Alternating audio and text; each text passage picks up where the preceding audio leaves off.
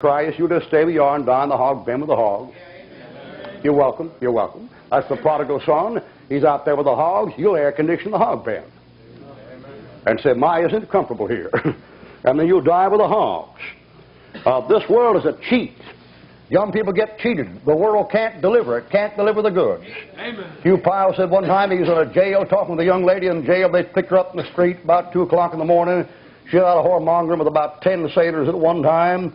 And she got to town hitchhiking a ride with some young punk that didn't have enough money to buy a car and had rented a car. She hitchhiked a ride into town in that car and got there that way. And there she was in prison with about 4 or 5 other women.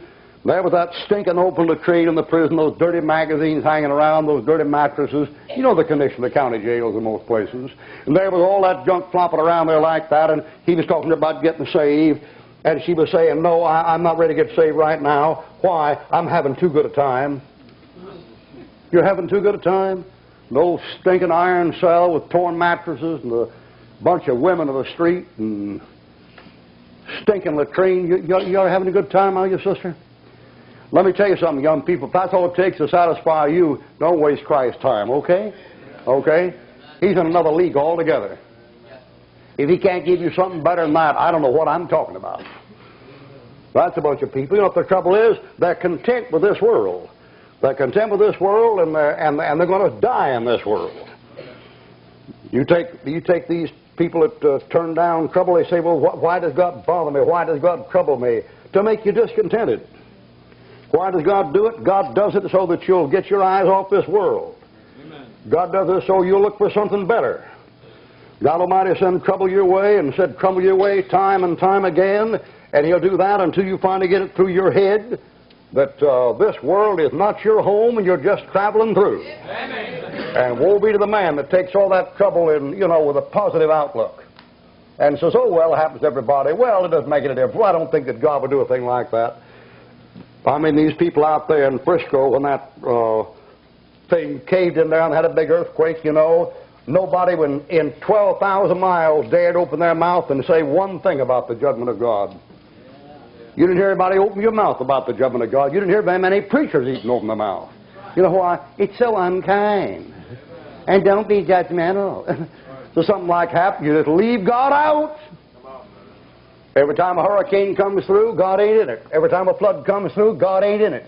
Every time a forest fire breaks out, God isn't in it. Every time there's a wreck on the highway, God isn't in it. Every time there's a Holocaust, God isn't. What man wants to do is run God out. He wants God to leave him alone so he can be peaceful and happy down here. And I'm here to tell you, if you're happy down here and you're content with this mess down here, you have no business with Jesus Christ, and Jesus Christ has no business with you. In all the years I've been saved, I've never known anybody to trust Jesus Christ who wasn't one of the 3 things I'm talking about tonight. And the first of these is discontent. Discontented. Discontented with the world system. Why? You've tried it. You know what it is. You found out the thing to be a cheat. And God Almighty will send trouble to you until you learn it's a cheat. What will God offer you? God will offer you complete pardon for the worst kind of sins imaginable.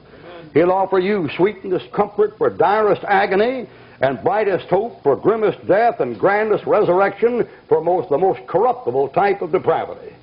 And God Almighty offers you something real, and if you're satisfied with this system down here, you'll never get it, you'll never receive it, you'll never know what it's all about. God sends trouble to cut this world down for you and cut the thing down to size so you get the proper balance of the thing and know what the thing is. Years ago up in Evansville, Illinois, there lived a fellow named Ben Borders. I mentioned Ben Borders because he later became an evangelist and was an evangelist for something like 20 years. And that old boy was a Roman Catholic, baptized by the bishop in St. Louis and confirmed by another bishop. And that old boy at one time studied to be a Trappist in the Trappist monastery. And he got working in a hospital, and a young lady witnessed to him, a young nurse, and talked to him about salvation. He said, I'm counting on the church to save me. I think the church will get me through. And that young lady told that aspiring young Catholic, she said, the church is the messenger of salvation, not the giver of salvation. Amen. And she kept witness that fellow, and it must have been coming up there. He finally became a Knights of Columbus, and they're going to about make him a Grand Master. And a couple of weeks before they're going to make him a Grand Master, that young lady witnessed to him again. And he said, well, I just don't understand it, what you're trying to say. And she gave him John 3:16 out of the Bible. When she gave him John 3:16, he said, what about just your interpretation? And she said, interpretation? She said, read it. And he read it. And she said, what do you mean that's just my interpretation? Anybody can understand that. Anybody could. You don't have to interpret nothing. That verse says, God so loved the world, He gave His only begotten Son, that whosoever believes in Him should not perish, but have everlasting life. You don't have to interpret that. All you got to do is believe it or not believe it. And that fellow got on a conviction. Now, about before going to make him a grand master there in the lodge, he decided one time he'd try a Baptist church and just see what was going on. So he tried a Baptist church. And he tried a Baptist church called Flager Baptist Church up there near Evansville. And he came in there and I heard the message and didn't think too much about it. And when the thing was over, he said he'd go back and talk with the pastor. And he went back in the back room and talked with the pastor a while. And the pastor talked about church history and this and that. And finally the pastor said to him, he said, well, in your church they canonize saints, don't they? And he said, yes. And he showed him passages in the Bible where every child of God is called a saint. And he said, what is your church doing canonizing one or two people, helping out financially or publicly, when everybody in the Bible who's saved is a saint? And he got mad. And he said, well, I'll think about it. Went on home 2 weeks. And 2 weeks later, the old boy got saved. You know what that old boy found out? He found out that religion couldn't satisfy.